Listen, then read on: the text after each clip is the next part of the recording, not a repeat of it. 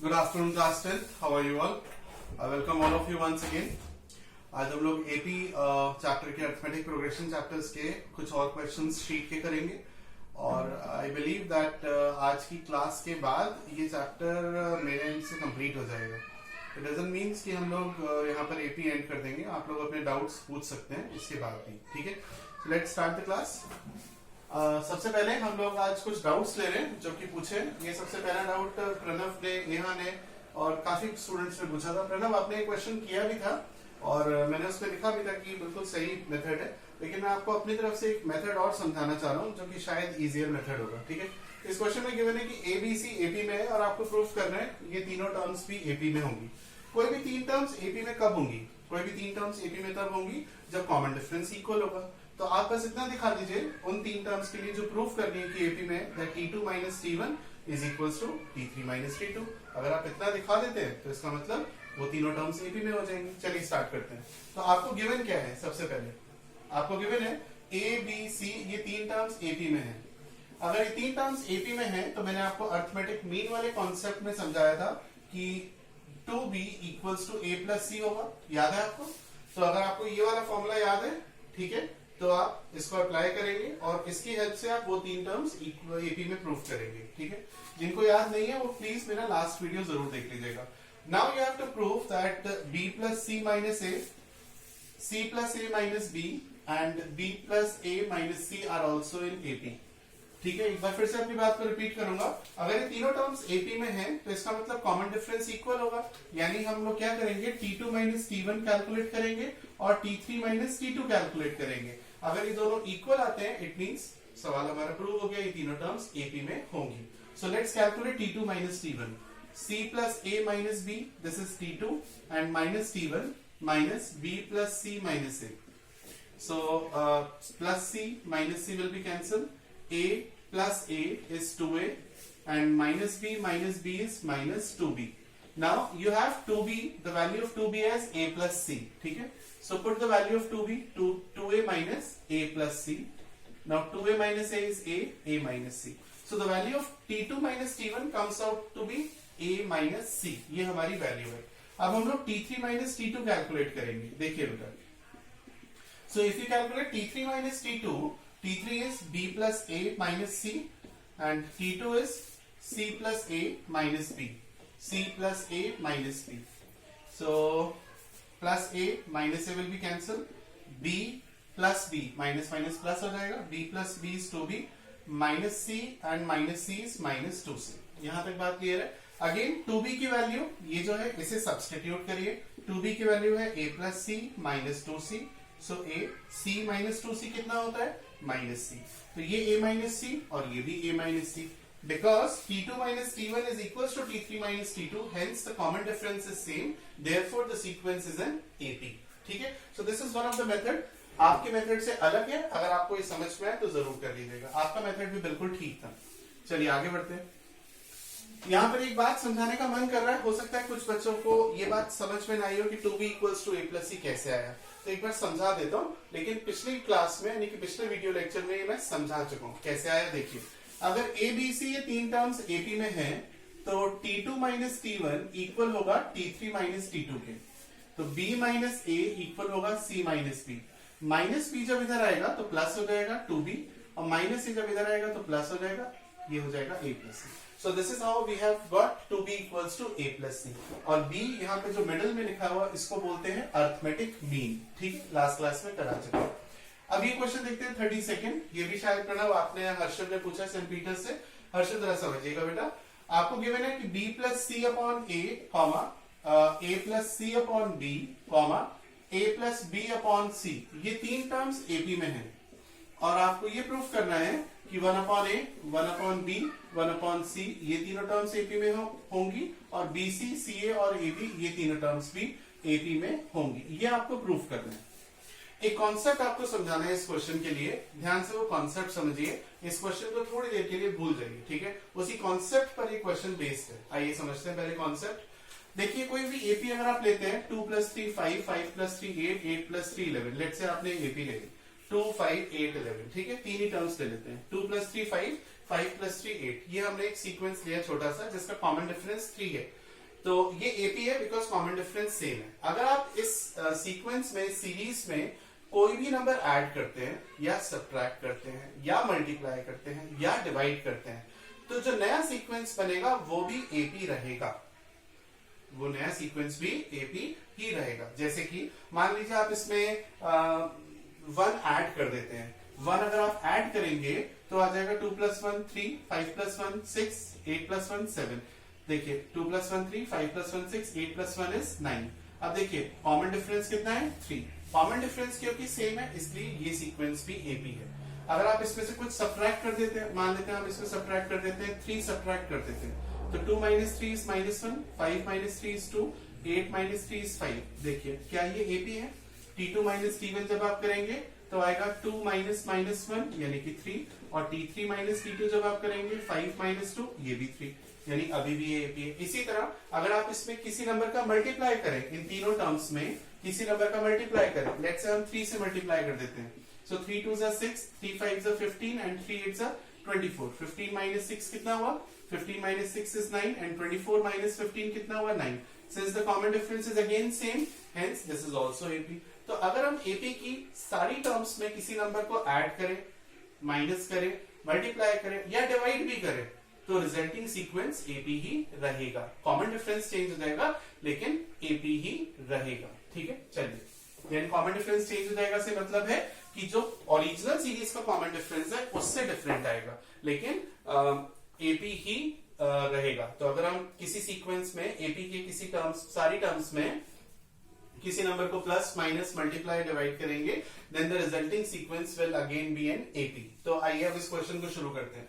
हमें गिवन है ये 3 टर्म्स एपी में है और ये हमें प्रूफ करना है। ठीक है, तो हम इसको प्रूफ करने के लिए क्या कर रहे हैं? सबसे पहले b + c / a + 1, यानी कि मैं +1 कर रहा हूं उसमें, और a + c / b +1 और a + b / c +1, यानी तीनों टर्म्स में हम 1 ऐड कर रहे हैं और हम बोलेंगे कि 1 ऐड करने के बाद भी ये सीक्वेंस एपी में रहेगा। यहां तक बात समझ में आती है, तो आगे बढ़ेंगे। अब एलसीएम लेके इसे सॉल्व करिए। अगर हम a एलसीएम लेते हैं तो ये आएगा a + b + c। अगर हम यहाँ b एलसीएम लेते हैं तो ये आएगा a + b + c, और अगर हम यहाँ c एलसीएम लेते हैं तो आएगा a + b + c। ये भी एपी में ही रहेगा। ठीक है, हमने सिर्फ 1 ऐड करके सॉल्व कर रहे हैं। अब हम इन तीनों टर्म्स में डिवाइड कर रहे हैं, किससे? By a + b + c। अगर हम इन तीनों टर्म्स में a + b + c से डिवाइड देंगे तो भी ये सीक्वेंस एपी में था और एपी में ही रहेगा।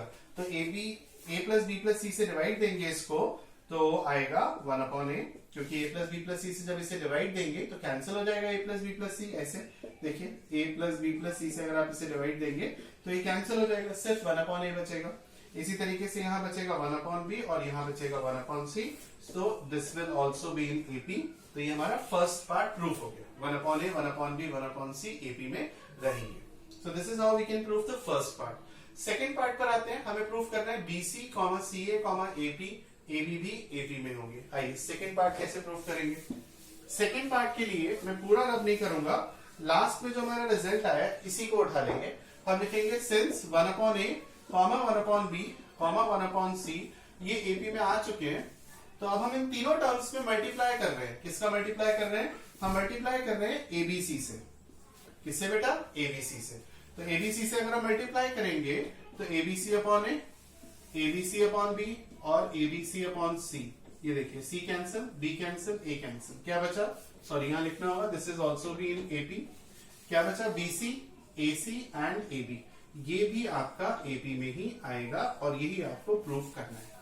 सो this is how we can proof the first and the second part of question number 32। ठीक है, समझ में आएगा।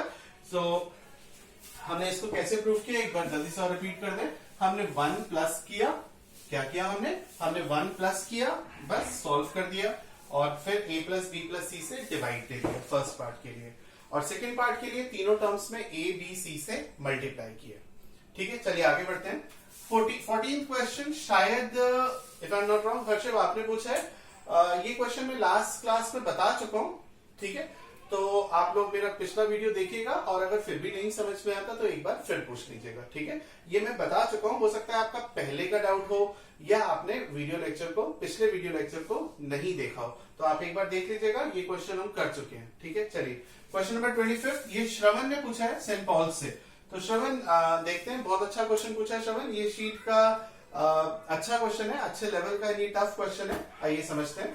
इसमें दिया हुआ है आपको pth टर्म की वैल्यू x है, qth टर्म की वैल्यू y और rth टर्म की वैल्यू z है। आपको प्रूफ करना है x into this, y into this and z into this is equals to 0. So let's start the question. आपको pth टर्म दी हुई है x, pth टर्म का क्या फॉर्मूला होगा? a plus p minus 1 into d is equals to x. qth term का क्या formula होगा? a plus q minus 1 into d equals to y. और rth टर्म का क्या फॉर्मूला होगा? a plus r minus 1 into d equals to z. So we have pth term, rth term and qth term. Pth term, qth term and rth term as the formula. Now what you have to do is, आपको यहाँ पर देखिए समझना होगा, आपको proof करना है x into q minus r. ये देखिए q minus r प्रूफ करना है। q minus r का मतलब हुआ ये second equation minus r third equation. तो आप सेकेंड इक्वेशन में से थर्ड इक्वेशन माइनस करेंगे और q माइनस r में मल्टीप्लाई हो रहा है x का, तो सेकेंड इक्वेशन में से थर्ड इक्वेशन माइनस करेंगे और x से मल्टीप्लाई कर देंगे। ठीक है, चलिए करते हैं। तो equation number 2 minus equation number 3 multiply by x। ठीक है, आगे बढ़ते हैं। अब श्रवण यहाँ देखिए r माइनस p हो रहा है। r माइनस p का मतलब हुआ r माइनस p, यानी third equation minus first equation. तो third equation minus first equation करेंगे और मल्टीप्लाई कर देंगे किससे बताइए? मल्टीप्लाई कर देंगे y से। तो हमने y से यहाँ पर मल्टीप्लाई कर दिया। प्लस प्लस इसलिए किया क्योंकि यहाँ पर बीच में प्लस का साइन लगा हुआ है। अब देखिए स्टूडेंट्स, p माइनस क्यू हो रहा है। p माइनस क्यू जरा देखिए कहां पर है, ये रहा p और ये रहा q। तो p माइनस क्यू अगर हम करेंगे तो फर्स्ट में से सेकेंड इक्वेशन माइनस करनी पड़ेगी। So if we subtract first minus second, और किससे मल्टीप्लाई करेंगे? z से मल्टीप्लाई करेंगे। तो ये हमारा z से मल्टीप्लाई कर दिया। तो ये हमने जो किया वो हमने इसको देख के किया, लेफ्ट हैंड साइड को देख करके कर लिया। चलिए करते हैं हम। x multiply by second equation minus third equation. ये देखिए सेकेंड इक्वेशन, ये देखिए second equation minus third equation. जब आप सेकेंड में से थर्ड माइनस करेंगे तो a से a कैंसिल हो जाएगा, मैं लिख नहीं रहा उसे। क्या बचेगा बेटा? q minus 1 into d minus r minus 1 into d. D हम कॉमन ले सकते हैं, बाद में लिख देंगे। ठीक है, डी सब में ही आएगा तो कॉमन ले लिया हमने। 3 माइनस 1, जब आप 3 में से 1 माइनस करेंगे यहाँ पर तो a से a कैंसिल हो जाएगा। ये देखिए क्या बचेगा? r minus 1 into d minus p minus 1 into D. ठीक है, तो r minus 1 into d minus p minus 1 into d. D common है, हम लिख नहीं रहे। और मल्टीप्लाई किससे हो रहा है? y से। और plus first minus second equation करिए, ये फर्स्ट इक्वेशन, ये सेकेंड। फर्स्ट में से जब सेकेंड इक्वेशन माइनस करेंगे तो a से a दोबारा कैंसिल होगा। क्या बचेगा? p minus 1 into D, p minus 1 into d minus q minus 1 into D, और ये z से मल्टीप्लाई कर दिया। तो ये हमारी हो गई एक साइड। अब इज इक्वल्स टू में दूसरी साइड भी लिखनी होगी। फिर से यही काम करेंगे, फिर से यही काम करेंगे। चलिए करते हैं। सेकेंड में से थर्ड इक्वेशन माइनस करेंगे। ये देखिए y में से z माइनस करेंगे, y माइनस z किससे मल्टीप्लाई करना है? x से मल्टीप्लाई भी करना है, मल्टीप्लाई कर दिया। ठीक है, चलिए प्लस लिखा। थर्ड में से फर्स्ट माइनस करेंगे, यानी z, ये देखिए z में से x माइनस करेंगे, z माइनस x किससे मल्टीप्लाई करना है? y से मल्टीप्लाई करना है। ठीक है, अब आप बताइए क्या करेंगे? अब आप फर्स्ट में से सेकंड माइनस करेंगे। फर्स्ट यानी कि x माइनस वाई। अभी तक हमने लेफ्ट हैंड साइड लिया था, अब हम राइट हैंड साइड ले रहे हैं। तो कहां पर थे हम? फर्स्ट माइनस सेकेंड, सो x माइनस वाई और ब्रैकेट में z। ठीक है, d तीनों में आ रहा था तो आप लिख दीजिए, अगर कोई प्रॉब्लम है तो। d तीनों में आ रहा था, आप d लिख सकते हैं। ठीक है, अल्टीमेटली वो जीरो में ही करेगा। अब देखिए is equals to x into y minus x into z plus z into y minus x into y plus x into z minus y into z। ये minus y z plus y z minus x y plus x y and this is zero. तो ultimately यहाँ पर आ गया zero. अब देखिए यहाँ पर 10 students, यहाँ पर इज इक्वल्स टू में जीरो मांगा है, तो जीरो तो हमारा आ गया। अब क्या बचा यहाँ पर लेफ्ट हैंड साइड में? लेफ्ट हैंड साइड में minus 1 minus minus plus 1 cancel, minus 1 minus minus plus 1 cancel, again minus 1 plus 1 cancel. क्या बचता है बताइए? q minus r into x, d नहीं लिख रहे हैं यहाँ पर, r minus p into y और plus P minus q into z, P minus q into z, और जो D है वो राइट हैंड साइड में चला जाएगा यानी जीरो में, तो अल्टीमेटली D गायब हो जाएगा क्योंकि जीरो को किसी भी नंबर से डिवाइड देंगे तो जीरो ही आएगा। ठीक है, चलिए नेक्स्ट क्वेश्चन पर आते हैं। श्रवण ये समझ में आ गया होगा, अगर कोई भी डाउट हो तो आप व्हाट्सएप ग्रुप पर एक बार फिर से पूछ लीजिएगा, and not only Shravan, all the student, अगर कोई भी प्रॉब्लम हो तो एक बार खुद से ट्राई करने के बाद फिर पूछिएगा। ठीक है, चलिए आगे बढ़ते हैं। नेक्स्ट क्वेश्चन है 34, again a very good question. यहाँ पर आपको दिया हुआ है एपी में mth टर्म की वैल्यू 1/m है और nth टर्म की वैल्यू 1/m है, आपको mnth टर्म की वैल्यू 1 प्रूव करनी है। बहुत अच्छा क्वेश्चन पूछा है, देखिए तो mth टर्म का फॉर्मूला क्या होगा students, a plus m minus 1 into d, ये mth टर्म का फॉर्मूला हुआ फर्स्ट इक्वेशन, और nth टर्म का formula a plus m minus 1 into d is equals to 1/m, ये सेकेंड इक्वेशन हो गई हमारी। ठीक है बेटा, अब इन्हें साइमल्टेनियसली सॉल्व करके हम a और d फाइंड आउट करेंगे। चलिए करते हैं, इसके नीचे लिख लेते हैं a plus n minus 1 into d यानी second equation is equals to 1/m, minus करते हैं, minus minus minus, so m minus 1 into d minus n minus 1 into d, d हमेशा कॉमन आता ही है तो आप कॉमन एक साथ लिख दिया करिए, बार बार d एक बार लिख करके फिर नेक्स्ट स्टेप में कॉमन लेंगे, अननेसेसरली टाइम किल होता है। 1/n minus 1/n, minus 1 minus minus plus 1 cancel, so m minus n into d is equals to, LCM ले लीजिए इसका mn, n से कैंसिल हो जाएगा m minus n, so m minus n से m minus n cancel, the value of d comes out to be 1/mn। ये समझ में आती है बात। अब d की वैल्यू सेकेंड या फर्स्ट इक्वेशन में सब्सटीट्यूट कर दो, तो d की वैल्यू अगर हम सेकेंड में सब्सटीट्यूट करते हैं तो आएगा a plus n minus 1 into 1/mn is equals to 1/m। ठीक है बेटा, इस 1/mn को मल्टीप्लाई कर दो इन दोनों से, तो a plus n/mn minus 1/mn is equals to 1/m, n से n cancel, a plus 1/m minus 1/mn is equals to 1/m, ये cancel, the value of a comes out to be 1/mn। तो ये हमारी a की value आ गई। अब आपको क्या करना है, अब आपको mnth टर्म फाइंड आउट करनी है, तो जल्दी से mnth टर्म फाइंड आउट करते हैं। आइए देखते हैं, mnth टर्म का फॉर्मूला सोचिए अपने मन में। mnth टर्म का फॉर्मूला आपने सोच लिया होगा शायद, a plus mn minus 1 into d, ये हो गया हमारा mnth टर्म का फॉर्मूला।